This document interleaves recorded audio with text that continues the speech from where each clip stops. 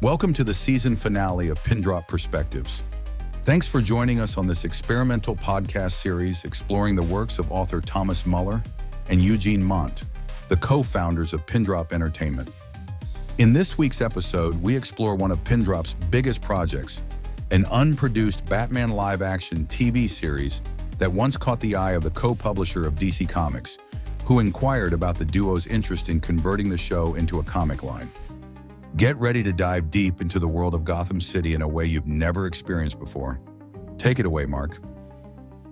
Welcome back to the deep dive. You know, there's something really cool about stories that manage to weave together complex plots, characters we already love, and deep lore, especially when they take something you think you know and just twist it, present it in a totally fresh way. Yeah, it's like finding a secret passage in your own house, right? Exactly. And today, we're doing just that. We are diving deep into this honestly really fascinating pitch for a multi-season TV show called Arkham Island. And this isn't just, another Batman story. It's pitched as this huge saga right in the Batman universe, planned to unfold over 5 seasons, layers upon layers. We've been lucky enough to look at the treatment for it, which kind of lays out the big picture, the whole vision. And we've also got the screenplays for the first 2 episodes. So our mission today is to be your guides, basically. We're going to go beyond just summarizing. We want to help you uncover the clever narrative choices, the character stuff, those aha moments that make this take on Gotham feel so, well, compelling and maybe even super rewatchable. Definitely. The creators here, they weren't just aiming for a superhero show. It feels more like they wanted to explore a city just teetering on the edge. The logline even says it. The struggle of Detective Jim Gordon, Batman, and their allies to bring structure and due process to a corrupt Gotham dominated by mob organizations and two-faced politicians. That really shifts things, doesn't it? It makes Gotham less of a backdrop and more like a character itself. Yeah.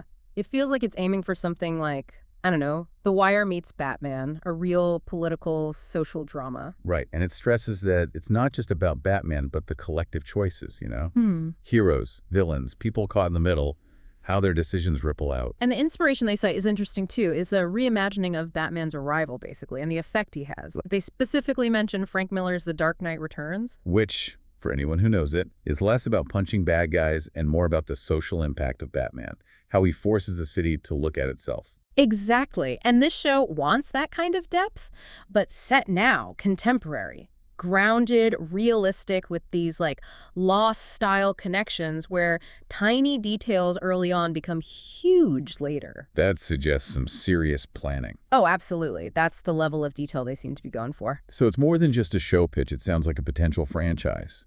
Did the treatment mention anything about adapting it, expanding it? It did, yeah. They see huge potential across different media, film, comics, animation, games, you name it.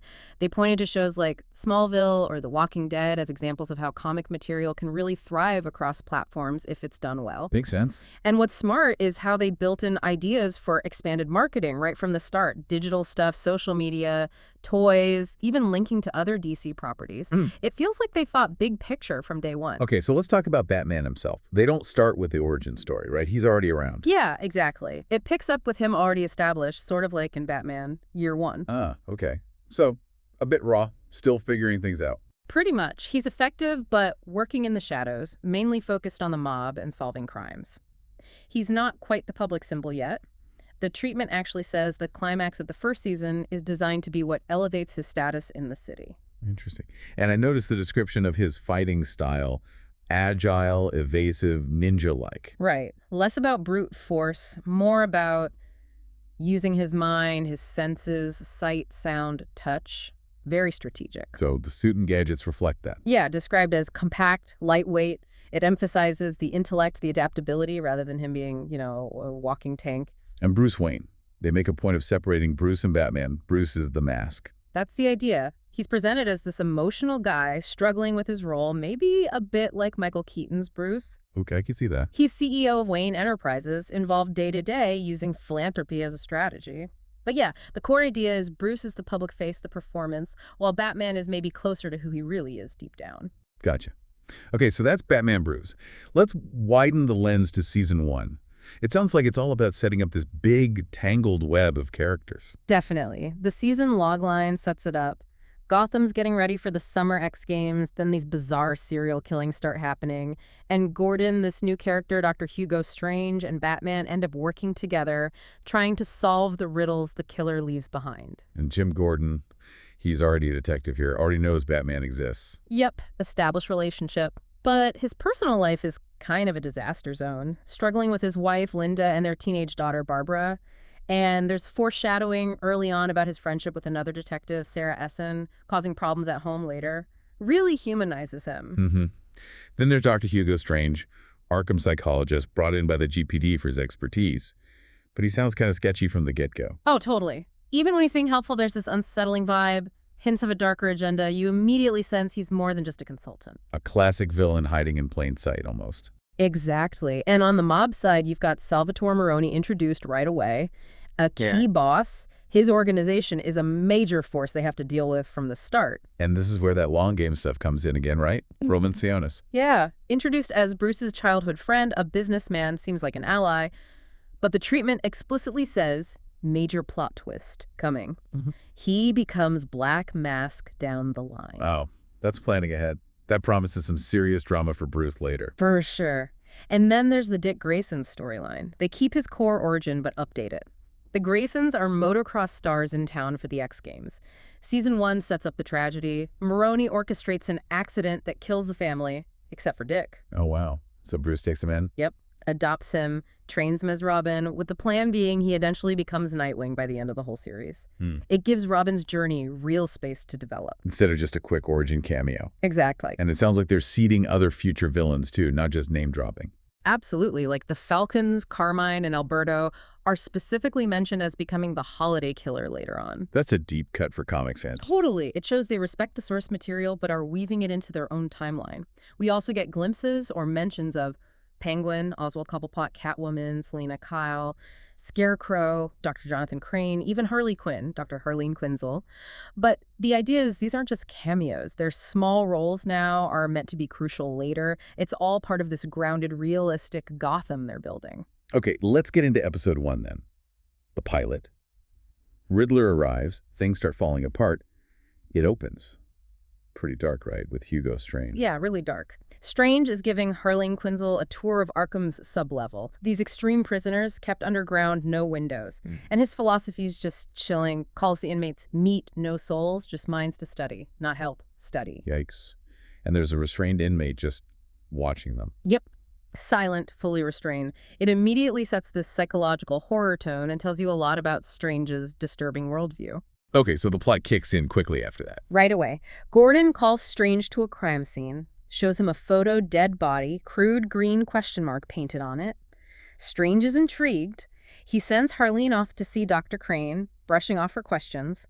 Then they go to the third victim's place, Scarpelli's house. Body's water-soaked, stabbed multiple times. And Batman makes his entrance. Dramatic entrance through the window, yeah. And he instantly solves 2 riddles left by the killer Ice for the murder weapon used on Scarpelli, air, for how the previous victim was killed. You see the color just drain from Strange's face.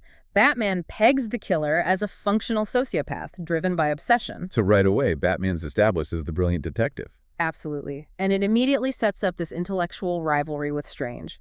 Batman's challenging his ego from their very first meeting. And the mob reacts to this. Big time. Vicky Vale, the reporter, asks Gordon about Batman being involved. Sal Maroni sees this on the news, realizes the victims are his guys, and assumes Batman did it. He gets furious, tells his guy Tor to ramp up drug production, and puts out a contract on Batman 100 large. $100,000. Classic. And just to show how ruthless he is, he kills one of his own crew, Kelly, just for questioning him. Brutal. Establishes Maroni as a real threat. Okay, so Batman doesn't just let the drug thing slide. Nope. He tracks Tor and his crew to a toy company warehouse near the docks. Turns out it's a front for packaging drugs inside toys. Classy. Right. Batman hits the place, plants a GPS tracker, disarms Tor, gets info about the drug production out of him, and then tips off GPD to collect the evidence. So, surgical again. Intel gathering, not just fighting. Exactly. Showcases that ninja-like style as brain power. But while Batman's doing that, the Riddler strikes again. Yeah, simultaneously. Edward the Riddler stops two more Maroni guys, Johnny and Mickey, flats their tire, confronts them with a riddle no legs have I to dance. They can't answer it, so he restrains them and burns them alive in their car on Silver Street. Leaves another question mark note. Jeez. That's intense. It really is.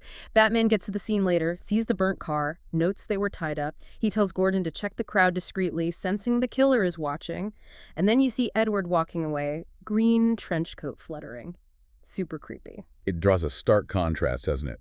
Batman's precision versus the Riddler's. Methodical cruelty. Absolutely. Establishes Riddler as a very different kind of threat, a serial killer with a specific, maybe personal agenda. And amidst all this, Gordon's got stuff going on at home. Yeah, the episode cuts to him getting home late. Linda's frustrated again. Barbara's distant. They argue about money, his job.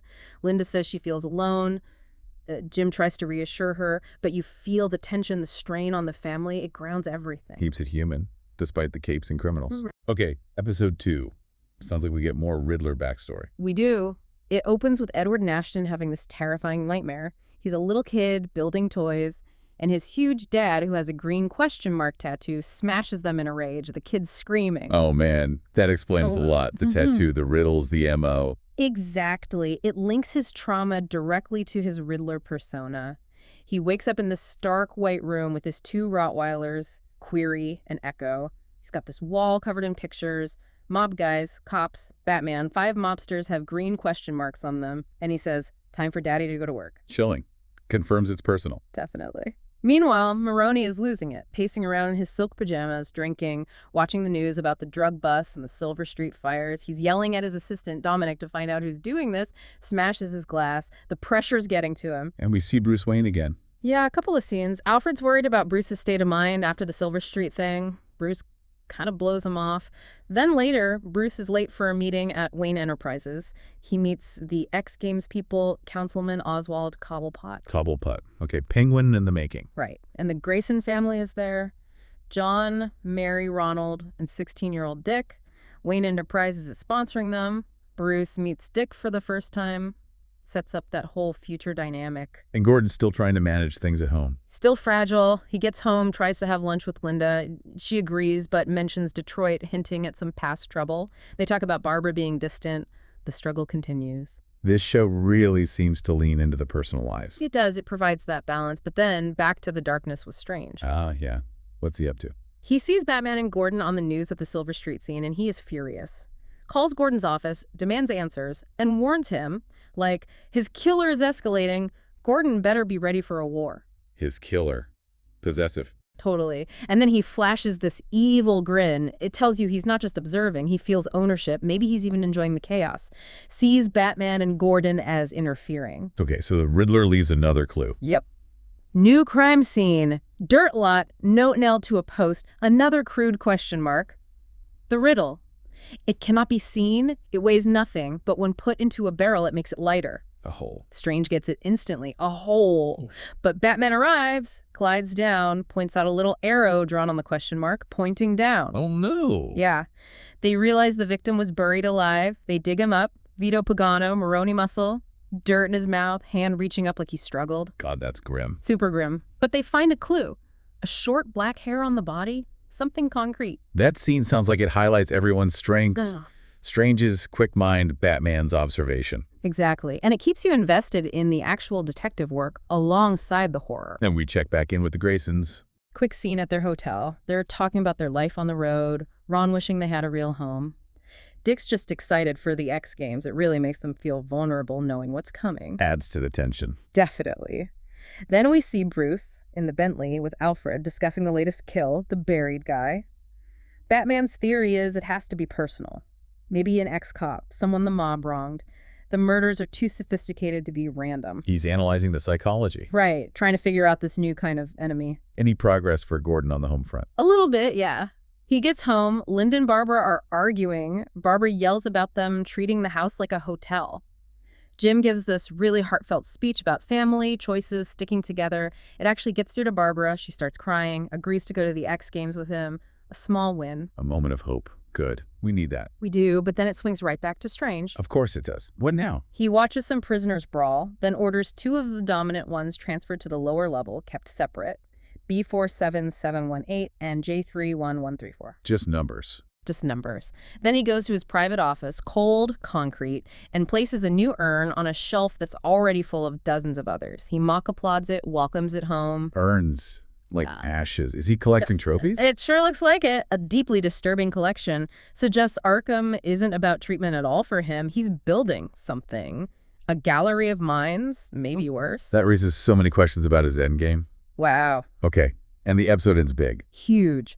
Climaxes with Riddler confronting Maroni directly. Dominic tells Maroni he can't reach the guys at the warehouse. Then Maroni gets a text from Dominic's phone. Office. Maroni storms into his dark office. Edward Nashton steps out of the shadows, flanked by Query and Echo wearing his dad's green fedora, holding Maroni's gun. Gives him a riddle, disarms him easily, taunts him about his men cracking under pressure. He lays out his plan, destroy Maroni's empire piece by piece. And he warns him his suffering is nothing compared to what awaits Mr. Falcone. Falcone, too. So he's targeting multiple families. Looks like it. Maroni tries to call for help, but Edward reveals he's already taken care of security. Then he just brutally knocks Maroni out. And the final shot. Edward places Dominic's severed head on Maroni's desk with a folded piece of paper wedged in its mouth. Whoa. Okay. That is a statement. Massive statement. It establishes the Riddler as terrifyingly capable, meticulous, and utterly ruthless. He's not just leaving clues, he's actively dismantling the mob from the inside out. This whole Arkham Island pitch sounds incredibly ambitious, the way they weave everything together, the long-term planning. It's really intricate, isn't it? But that's also the challenge, I guess. Keeping that Lost-like complexity going for 5 seasons without losing people, that's tough. Yeah, balancing those big reveals with satisfying week-to-week stories is a real tightrope walk. But based on these first 2 episodes, it seems like they had a solid plan. For sure. It really feels like they knew how to take familiar pieces and make them feel new and kind of urgent again. Leaves us with a ton of questions, though. Like, what is Hugo Strange really up to with those prisoners and those urns? Right. And how exactly does the Grayson tragedy play out? What pushes Dick to become Robin and then Nightwing? And Roman Sionis, Bruce's friend becoming Black Mask. How does that happen? What's the breaking point? And the Riddler himself. We've seen the personal trauma, the connection to the mob. But what else is driving him? What's the full story there? So many threads.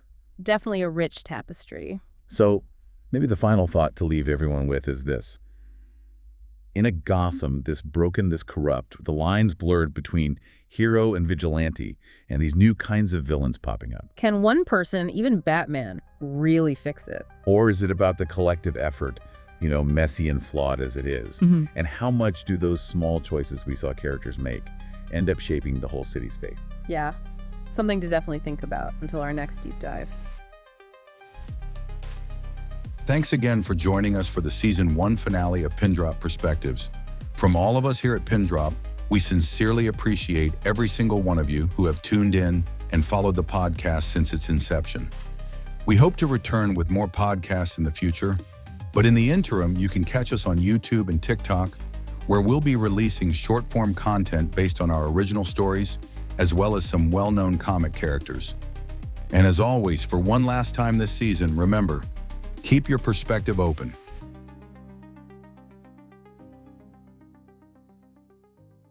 Artificial intelligence was used to assist in generating audio content for this episode.